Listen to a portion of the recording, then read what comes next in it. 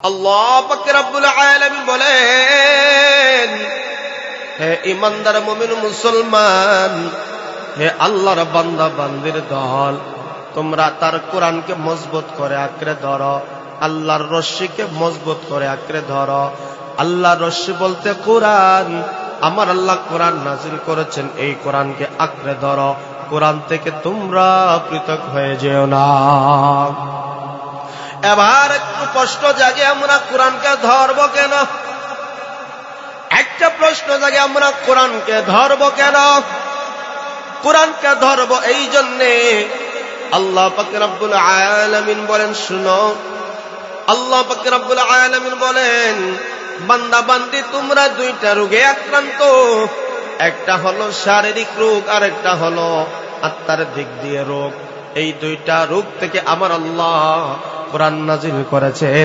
এই কোরআনকে যদি ধরতে পারো, আমার আল্লাহ বলেন শারীরিক রোগের চিকিৎসা কোরআনে আছে। শুধু তাই না, আত্মার দিকে যে রোগ, এই রোগের চিকিৎসা কোরআনে আছে না নাই? আওয়াজ দিতে হবে, জুড়ে আছে না নাই? শুধু তাই না, মানুষের প্রত্যেকটা কাজ এবং কর্মের সমাধান এই কোরআনে আছে না নাই? আমরা কোরআনের জ্ঞান নাই, কোরআনের মেধা আমাদের কম, আমরা কোরআন সম্পর্কে জ্ঞান নাই। এই জন্য কোরআন নিয়ে আমরা রিসার্চ করতে পারি না, গবেষণা করতে পারি না। এই জন্য কোরআনের ভিতরে আমার আল্লাহ বৈজ্ঞানিক সবকিছু তুলে ধরেছেন, সায়েন্সের সবকিছু তুলে ধরেছেন। ডাক্তার যা কিছু, ইঞ্জিনিয়ার যা কিছু আছে না কেন, সবকিছু মেধা সম্পূর্ণ কমপ্লিটলি কোরআনের মধ্যে আছে না নাই? আজকে আমরা কোরআনের সাথে সম্পর্ক নেই, কোরআনকে নিয়ে গবেষণা করি না, ডাইরেক্ট ইনডাইরেক্ট আমার আল্লাহ প্রত্যেকটা সাবজেক্ট তুলে ধরেছেন। আওয়াজটাই ঠিক না বেঠি? মুমিন মুসলমান, কোরআনকে বুঝো, কোরআনকে ধরো, কোরআনের সাথে সম্পর্ক রাখো। এই কোরআনকে তুমি যদি ধরতে পারো, এই কোরআনকে মজবুত ভাবে তুমি যদি আঁকড়ে ধরতে পারো, এই কোরআন প্রত্যেকটা জিনিসের সমাধান দিছে কি দিছে না? কথা বলেন ভাই, প্রত্যেকটা জিনিসের সমাধান এই কোরআন দিয়েছি।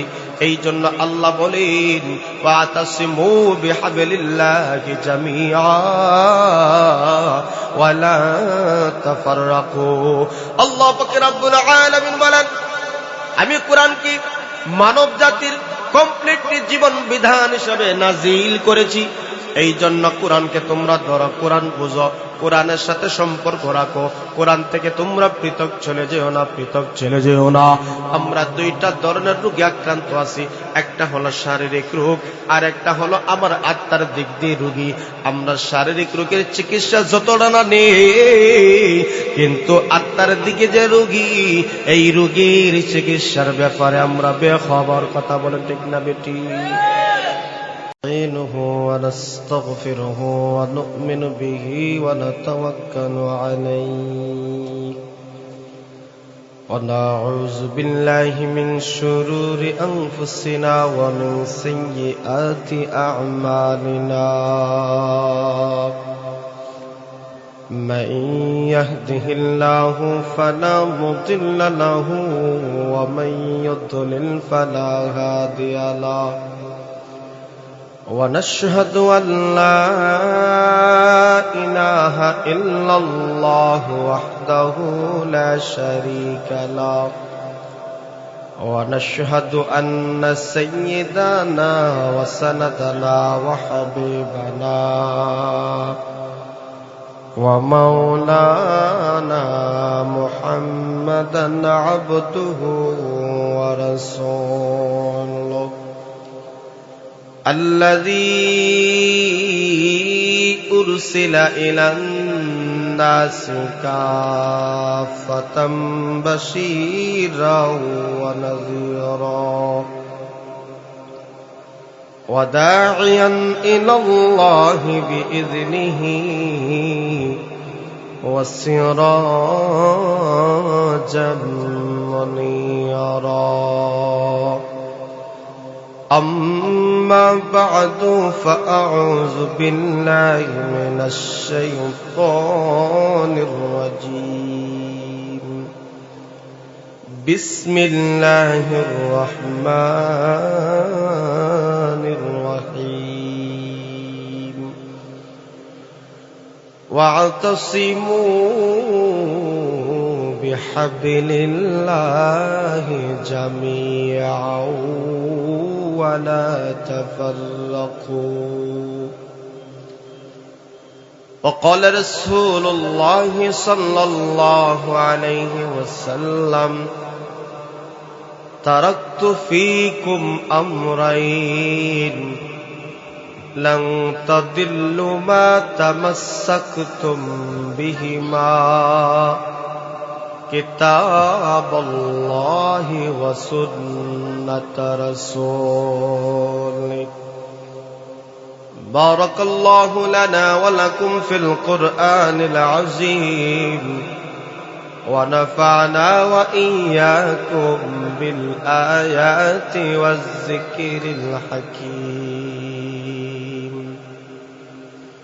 وقال الله تعالى إن الله وملائكته يصلون على النبي يا أيها الذين آمنوا صلوا عليه وسلموا تسليما صلى الله على سيدنا ومولانا محمد وعلى آله وأصحابه وسلم একটু জিকির করি লা ইলাহা ইল্লাল্লাহ লা ইলাহা ইল্লাল্লাহ লা ইলাহা ইল্লাল্লাহ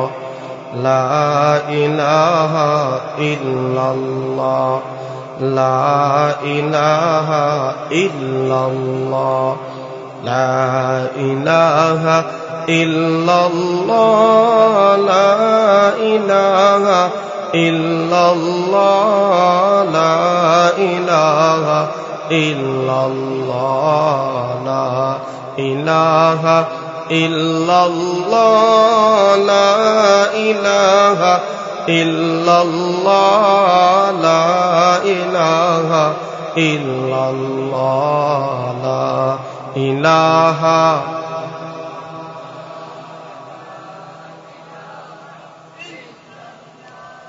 لا إله إلا الله لا إله إلا الله لا إله إلا الله لا إله إلا الله لا إله لا إله إلا الله محمد رسول الله সকলে পড়ি সাল্লাল্লাহু আলাইহি ওয়াসাল্লাম हम नग़्माए कुरआनी दुनिया को सुना देंगे हम नग़्माए कुरआनी दुनिया को सुना देंगे हर क़ल्ब में चाहत की एक आग लगा देंगे हम नग़्माए कुरआनी दुनिया को सुना देंगे हर क़ल्ब में चाहत की एक आग लगा देंगे हम नग़्माए कुरआनी दुनिया को सुना देंगे क्या हुस्न कुरानी है हम सबको बता देंगे क्या हुस्न कुरानी है हम सबको बता देंगे हर फर्द को इसका हम दीवाना बना देंगे हम नग़्माए कुरआनी दुनिया को सुना देंगे हर क़ल्ब में चाहत की एक आग लगा देंगे हम नग़्माए कुरआनी दुनिया को सुना देंगे। अल्हम्दुलिल्लाह। সুনামপুর উত্তরপাড়া জামে মসজিদ দাসের বাজার বড়লেখা মৌলভী বাজারে উদ্যোগী নবম বার্ষিক ওয়াজ ও মহিলা সমাবেশের আজকের চলমান অধিবেশনের আমার শ্রদ্ধাভাজন সম্মানিত সভাপতি সাহেব মুআজ্জাজ মুকাররম উলামায়ে কেরাম অত্র এলাকার বিশিষ্ট মুরিব্বানে কেরাম নওজোয়ান ভাই মাইকের আওয়াজ যত দূর গিয়ে পৌঁছতেছি পর্দার আড়ালে শ্রবণরত অত্যন্ত শ্রদ্ধা মা বোন মহান রব্বুল আলামিনের দরবারে অসংখ্য অগণিত নিয়ামতের শুকর আদায় করছি যিনি আমাকে আপনাকে দয়া করে মায়া করে আল্লাহ পাক রব্বুল আলামিন নুরানি এক মাহফিলে গুনাহ মাফের এক মাহফিলে আশার বসার কিছু কথা বলা এবং শোনার জন্যই তৌফিকটুকু দান করেছেন। আমরা সবাই অন্তরে অন্তঃস্থল থেকে কালিমাত শুকর আদায় করছি আলহামদুলিল্লাহ। আর জোরে বলেন আলহামদুলিল্লাহ। আমি আপনাদের সামনে মহাগ্রন্থ আল কোরআন থেকে ছোট্ট একটা আয়াতে কারিমার অংশ বিশেষ তেলাওয়াত করেছি। মহান রব্বুল আলামিন যদি আমাকে তৌফিকটুকু দান করেন আলোচ্য আয়াত এবং হাদিস খানাকে নিয়ে কিছু আলোচনা করার চেষ্টা করব। আল্লাহ তাআলা যেন দুনিয়া এবং আখিরাতের সফলতা দান করেন, সকলে বলেন আমিন। আপনাদের বরাবরই এই বছরের আয়োজন অত্যন্ত চমৎকার।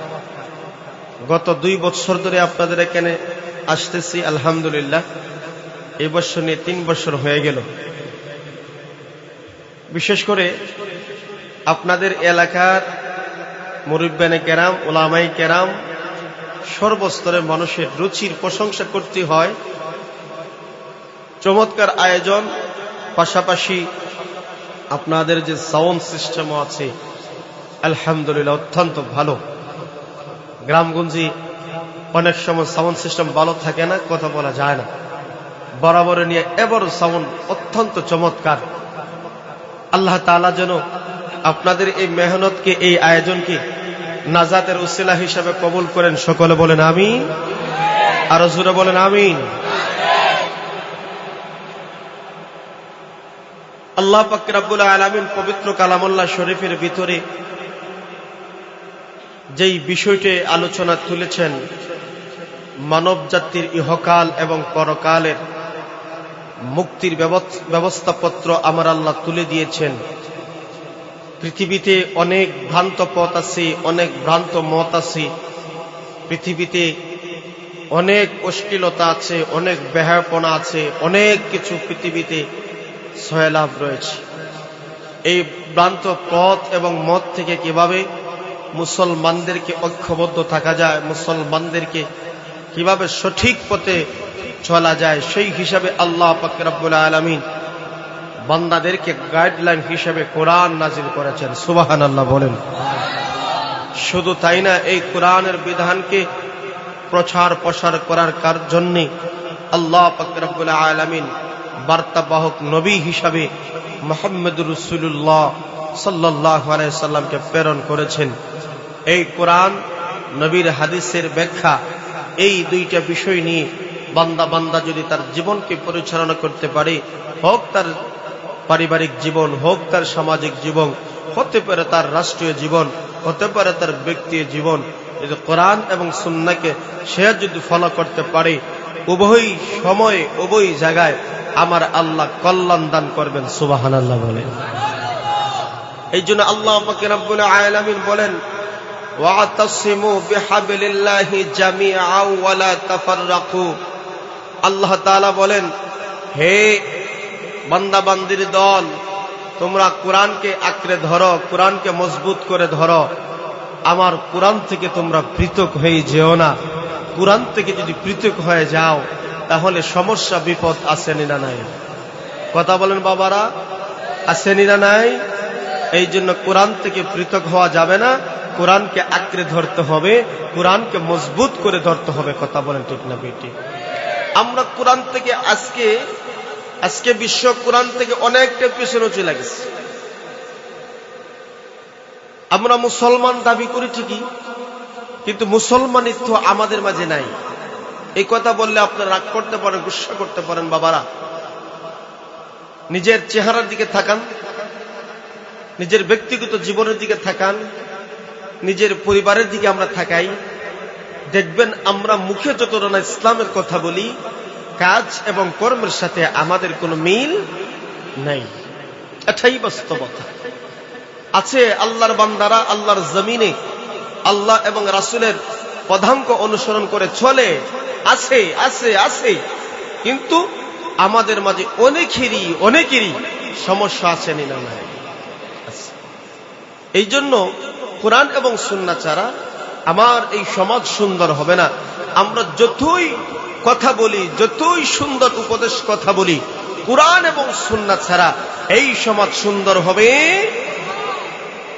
এই জন্য আল্লাহ পাক রব্বুল আলামিন বলেন, ওয়াতাসিমু বিহাবলিল্লাহি জামিআ।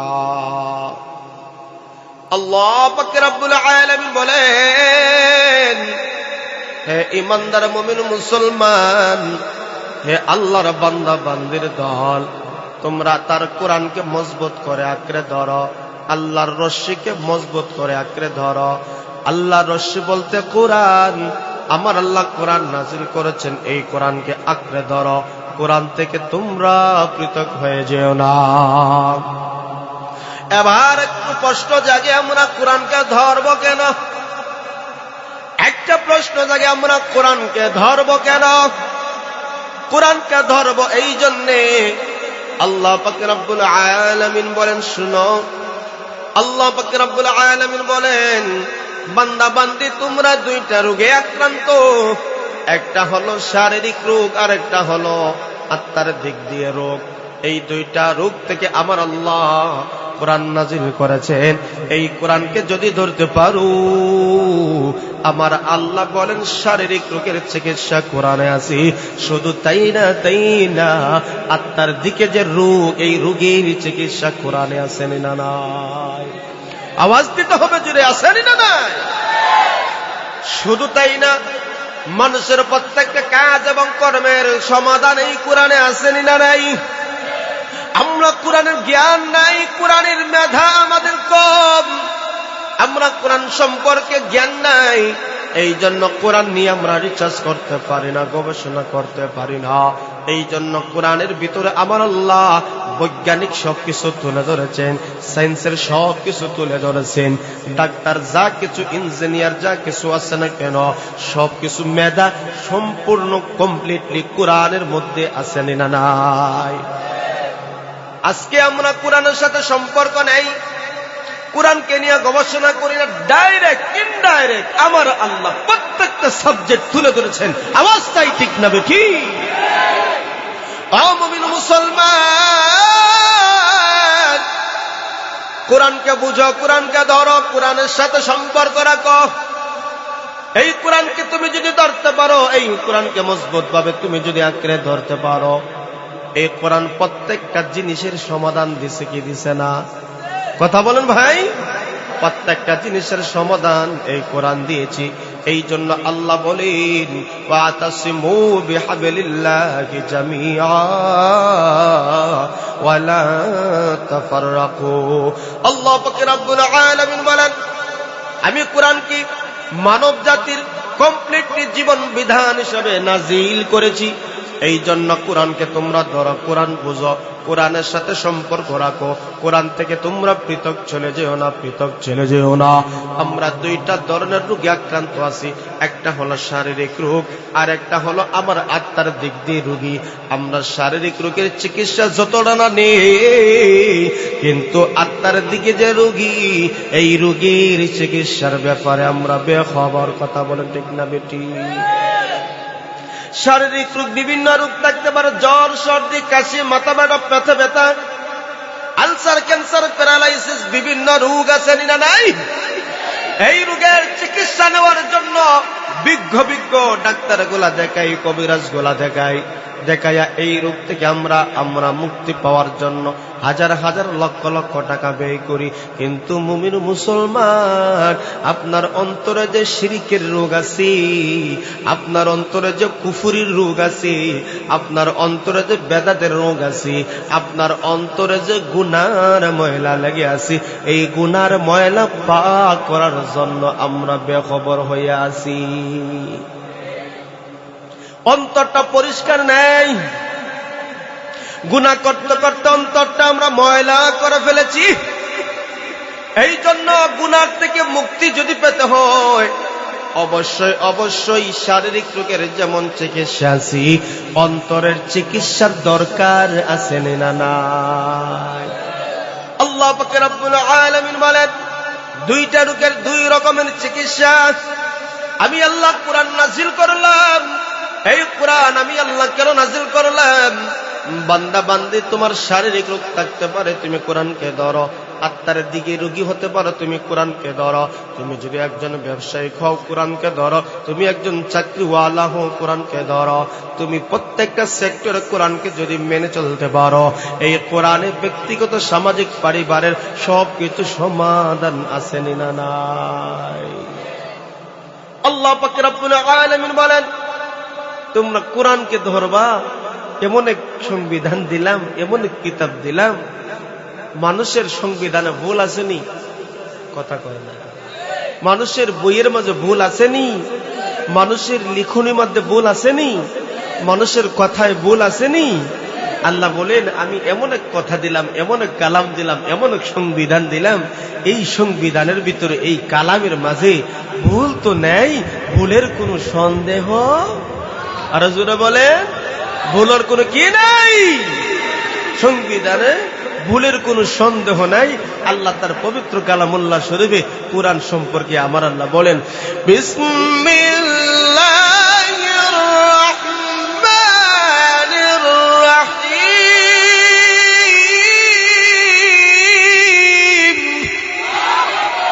আলিফ লাম মিম,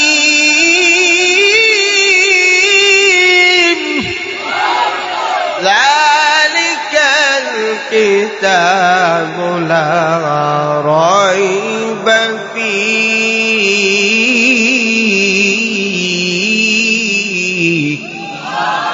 হুদাল লিল মুত্তাকিন।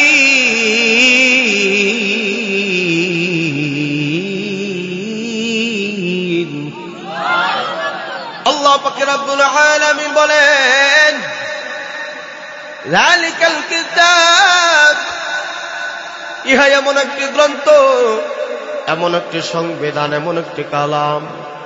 যালিকাল কিতাব লা রাইবা ফীহি, এই কিতাবের মধ্যে, এই কোরআনের মধ্যে, সংবিধানের মধ্যে বলতো নাই,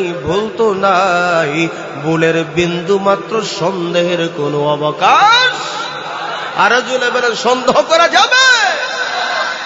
প্রত্যেকটা মানুষের ব্যক্তিগত জীবন, সামাজিক জীবন, পারিবারিক জীবন, সর্বক্ষেত্রের সমস্যা আমরার আসেনি না নাই? কথা বলতে হবে, আসেনি? আমার সমস্যায় জর্জরিত। আল্লাহ পাক রব্বুল আলামিন বলে, সকল কিছুর সমাধান আমি আল্লাহ কুরআন নাজিল করে দান করেছি। সমাধান সমাধান চাও যদি জীবনে মরুনি ফিরে যাও খুঁজে নাও চোখ রাখো কোরআনে সমাধান চাও যদি জীবনে মরুনি ফিরে যাও খুঁজে নাও চোখ রাখো কোরআনে তবেই পাবে সুখ শান্তির ঠিকানা তবেই পাবে সুখ শান্তির ঠিকানা যদি তুমি নাও মেনে মনে প্রাণে সমাধান ঠিক না বেটি এ বাণী সকলের নয় শুধু মুমিনের যারাই চলবে মেনে ফল পাবে কোরআনে আওয়াজ দেন ঠিক না বেটি এই কোরআন কি শুধু মুমিন মুসলমানের জন্য কথা বলেন না না মুমিন মুসলমানের জন্য শুধু কোরআন নয় যদি এই বেঈমান হয় কাফির হয় মুশরিক হয় কোরআন থেকে যদি সে আলো নিতে পারে তার জীবনটাও সুন্দর কথা কোন ঠিক না বেটে এ বাণী সকলের নয় শুধু মুমিনের যারাই চলবে মেনে ফল পাবে কোরআনে ঘরে বলো কিবা রাষ্ট্রে বলো ঘরে বলো কিবা রাষ্ট্রে বলো অশান্তি দূর করে শান্তি আনে সমাধান আসেনি না নাই এই কোরআনের সমাধান আসেনি না নাই এই জন্য আল্লাহ পাক রব্বুল আলামিন বলেন যালিকাল কিতাব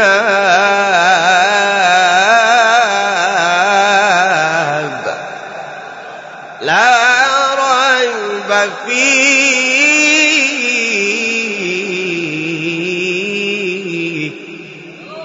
হুদাল লিল মুত্তাকিন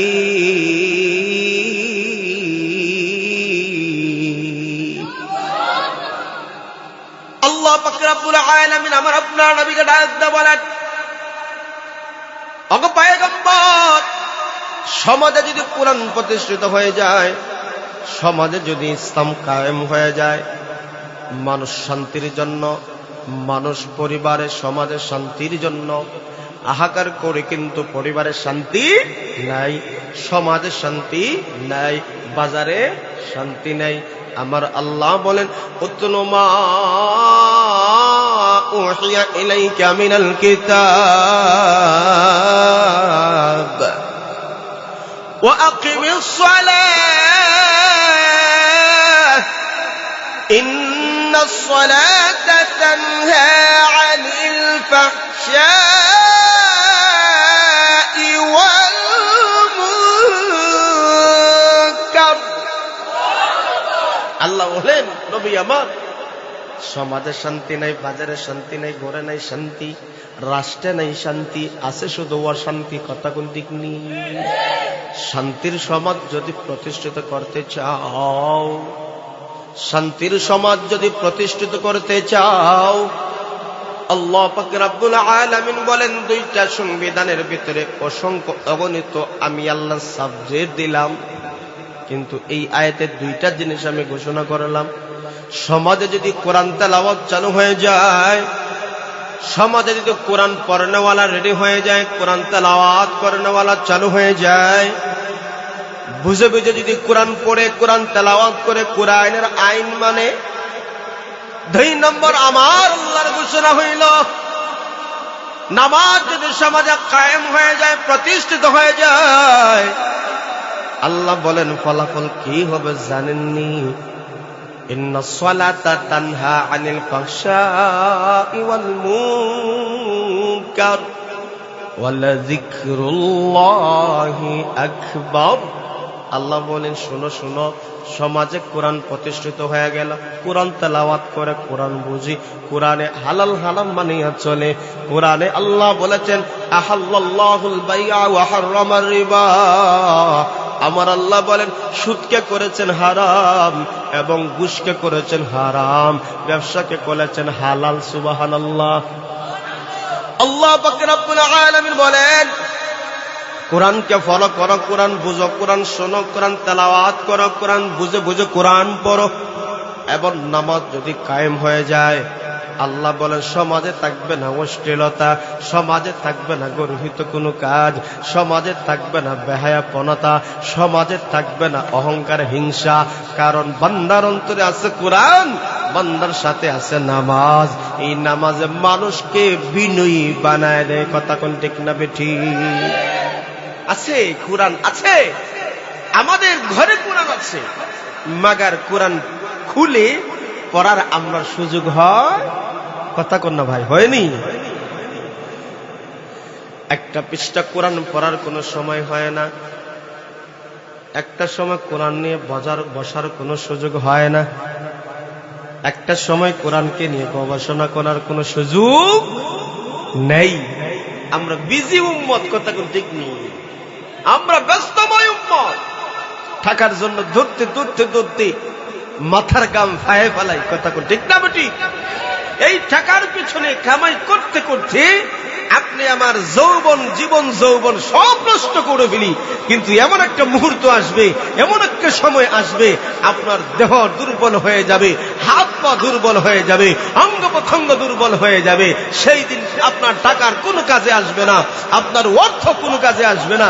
আজকে কিসের হালাল, কিসের হালাল, কিসের হারাম, কোনো কিছু আপনি বাছবিচার করলেন না। শুধু অর্থ চান, শুধু টাকা চান, শুধু পয়সা চান। কিন্তু এমন একটা সময় আসবে মানুষের এই টাকা, অর্থ, সম্পদ কোনই কাজে লাগবে না। কথা কিন্তু ময়রা দেখেন, ময়রা দেখেন, আপনাকে যখন দুনিয়া থেকে বিদায় করে দিব 3 কাপড় ছাড়া, আর 3 কাপড় এত মহামারী কিছু না। কোটি টাকার সম্পত্তির মালিক 3টা কাপড় নিয়ে আসো, দিয়া দে 2000 3000 টাকা। কত ঠিক না? লাখ লাখ টাকার মালিক, এই জন্য তোমার 10-20 হাজার টাকার কাফন দিয়া দিব না? না, কয় এত দামের টাকা দিয়া কিতা করতে? এটা তো কাফন আসেনি। কিন্তু আপনি আমি সম্পদের পাহাড় বানানোর জন্য কিসের হালাল, কিসের হারাম, শুধু আমি সম্পদ চাই, শুধু আমি টাকা চাই। কারে মারে, কারে ধরে, কারে খুন করে, এরকম পরিস্থিতি সমাজে আসেনি না? নাই। ওরে মানুষ হইছ বেহুশ দুনিয়ার পিছে, ওরে মানুষ হইছ বেহুশ দুনিয়ার পিছে, কি জবাব দেবে রে তুই আল্লাহর কাছে? কি জবাব দেবে রে তুই আল্লাহর কাছে? রাত দিনে দৌড়া দৌড়ি, বিশ্রামের সুযোগটা নাই। এত টাকা রাখবা কোথায়, কাফনের তো পকেট নাই। রাত দিনে দৌড়া দৌড়ি, বিশ্রামের সুযোগটা নাই। এত টাকা রাখবা কোথায়, কাফনের তো পকেট নাই। টাকা পয়সা লইয়া কি কেউ কবরে গেছে? টাকা পয়সা লইয়া কি কেউ কবরে গেছে? কি জবাব দেবে রে তুই আল্লাহর কাছে? ওরে মানুষ হইছ বেহুশ দুনিয়ার পিছে, কি জবাব দেবে রে তুই আল্লাহর কাছে? আসেনি না নাই? আল্লাহ পাক রব্বুল আলামিন বলেন, আলহাকুমুত তাকাসুর হাত্তা যুরতুমুল মাকাবির। আল্লাহ বলেন, তোমরা যারা দুনিয়ার প্রাচুর্যের মোহে প্রতিযোগিতায় গাফেল হয়ে আছো, আমরা রে গাফেল কইরা রাখছি দুনিয়ায়। কথা কোন ঠিক নেই? দুনিয়ার চাকচিক্য আমাদেরকে গাফেল করে রাখছে। কেন কেন? আমার অমুক ভাই 1 তালা মালিক বানাইছে, আমি 2 তালা বানাইতাম চাই। অমুকে 3 তালা বানাইছে, আমি 4 তালা বানাইতাম চাই। অমুকে ব্যবসার মধ্যে মোটামুটি অবস্থান গড়ে ফেলছি, আমিও তার চাইতে বেশি হতে চাই। ওই বেশি হতে যাইয়া, বেশি পজিশনে উঠতে যাইয়া নামাজ বাদ দিয়া ফেলে, রোজা বাদ দিয়া ফেলে, হজ বাদ দিয়া ফেলে, যাকাত বাদ দিয়া ফেলে। আসেনি না নাই? এটাই হইল দুনিয়ারে ধরা, এটাই হইল দুনিয়ারে ধরা। কিন্তু আল্লাহ পাক রব্বুল আলামিন বলেন, তুমি যদি নামাজ পড়ো, রোজা রাখো, হজ করো, যাকাত দাও, হক হালাল মতন তুমি যদি চলো, আল্লাহ পাক রব্বুল আলামিন বান্দা বান্দে তোমাকে যদি কোটি কোটি টাকার মালিক আমার আল্লাহ বানায় দেয়, তাহলে বুঝবা এই কোটি টাকা আমার মালিকের পক্ষ থেকে নিয়ামত। আল্লাহ পাক রব্বুল আলামিন একজন ইমানদার বান্দা বান্দীদেরকে একজন ইমানদার বান্দা বান্দীদেরকে কখনো টাকা দিয়া পরীক্ষা নেয়, আবার কখনো টাকা না দিয়া পরীক্ষা নেয়। কথা কোন ঠিক না বেটি? ও মুমিন মুসলমান, টাকা পাইয়া আপনি যদি ঈমানকে হারায়া ফেল, নিজের হালাল হারামকে হারায়া ফেল, তাহলে এই টাকা এই সম্পদ আমারে আপনার জাহান্নামে নিয়ে যাবে। এই জন্য টাকার পিছনে ঘুরায়া ঘুরায়া আমার অমূল্য ধন ঈমান নষ্ট করতে চাই? আল্লাহ জানে যেইভাবে যেই পজিশনে রেখেছে সর্বহালতে হালালের উপর থাকিয়া শুকরিয়া আদায় করাই আপনি আমার দায়িত্ব। কথা করতে কিনা বেটি?